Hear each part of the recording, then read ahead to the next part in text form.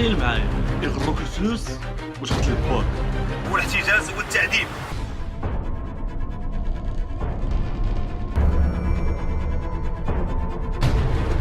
القصه ديال اليوم غادي نهضروا على الحاج طارق، اكبر مليونير كان في مدينه مكناس. الجريمه ديال اليوم اللي غنهضروا عليها غادي تكون من احقد الجرائم دازوا على التاريخ. في هذا الفيديو بالضبط غادي نعرفوا كي دار وصلوا البوليس للجريمه والقاتل اللي قتل الحاج طارق اللي هو كان مليونير في مدينه مكناس، وشنو هو السبب حتى باش الحاج طارق كما كنعرفوا كانوا عنده بزاف ديال المشاريع، وكانت تعتبر احسن مقاول في 1992، وكان تيعرفوا الصغير والكبير، وبنادم كان تيجي عندهم بزاف ديال المدينات باش يقدروا الغرض ديالهم، لان الحاج طارق اي حاجه كانت تحت في يدو كان تيسر له فيها. كما قلنا في اول الفيديو كان هو اكبر مليونير في مدينه مكناس، وربي ما كان حرمه من حتى شي حاجه، ولكن كانت عنده مشكل في حاجه واحده، والمشكل اللي كان عند الحاج طارق هو انه ما كيولدش نهائيا. ما خلى مدى ما خلى فين تعالج، والمشكل بقى كما هو المشكل. ولكن الحاج طارق كان عنده خوه سميتو مصطفى، كانت عنده تقريبا شي 8 ديال الدراري، فيها دراري وبنات، وكان منهم 2 توام صغار. وداكشي باش فكر الحاج طارق يمشي عند خو مصطفى، لان كانت عنده الحاله ضعيفه بزاف وكان باغي يتبنى منه شي وليد. ومصطفى الاخ ديال الحاج طارق كانوا عنده 2 توام قد عندهم 5 سنين، محسن وحسين. والحاج طارق تبنى واحد اللي هو الحسين، تبناه من عند الاخ ديالو اللي هو مصطفى. ولان الحاج طارق كان محروم من الدراري الصغار، قرر انه يربي الحسين احسن تربيه ويقريه في اغلى مدارس عندنا في مدينه مكناس. وفعلا داكشي اللي كان، الحسين كبر في احسن تربيه وكان تيقرا في اغلى مدارس، لدرجه انه من كبر الحاج طارق صيفطو يكمل قرايته في برا. حتى لهنايا وكل شيء غادي مزيان. ولكن نهار الصدمه هي ملي غادي يمرض الحاج طارق واحد المرض خايب. نتوما كما كتعرفوا محد من تيكبر وهو كاين. واحد النهار الحاج طارق هز التليفون ودور الحسين. في السيمانه الاولى ما بين ليله ونهار الحسين وصل للمغرب. الحاج طارق كان خصو يدير واحد العمليه ضروري، وداك الشيء قبل ما يدخل يدير العمليه داك الشيء كامل اللي كان تيملك كتبوا لولدو الحسين. الحاج طارق دار العمليه وكل شيء داز مزيان، وحتى لهنايا كل شيء كان مزيان.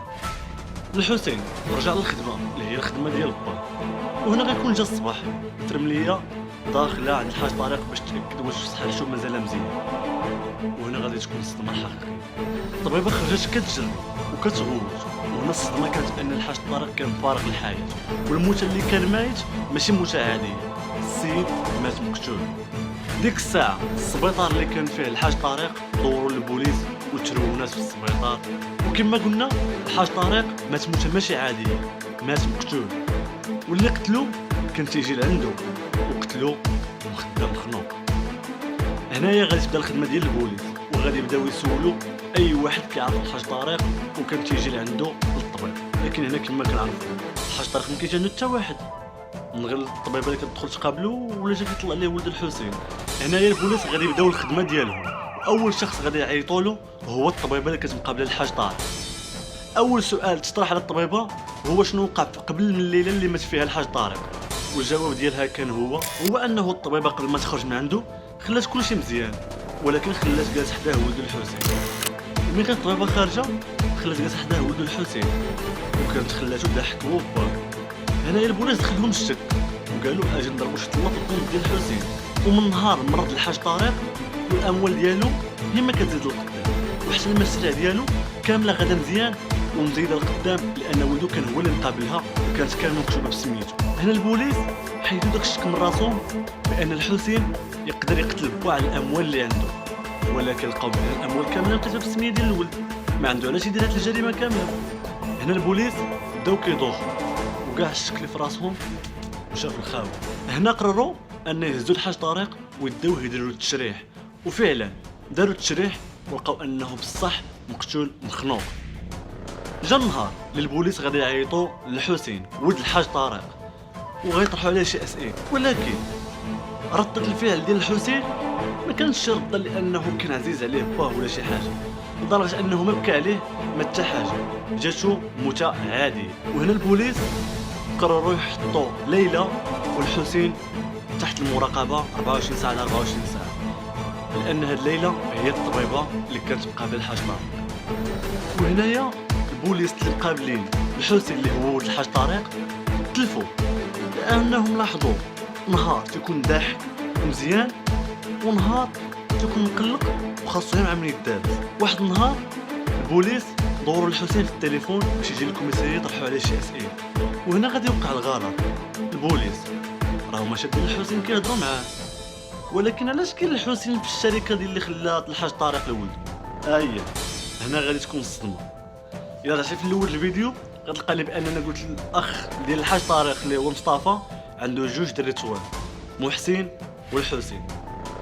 هنايا ديك الساعه البوليس شدوا محسن والحسين اللي هو واحد منهم ولد مصطفى الاخ ديال الحاج طارق، وواحد الحسين هو اللي تبناه الحاج طارق من خو مصطفى. وهنا البوليس غادي يحطوهم تحت ضغط كبير وغادي يبداو يسولوهم باش يعرفوا شكون هو مول الفعل. وفعلا اعترف مول الفعل، هنايا اعترف القاتل وهو محسن خو حسين.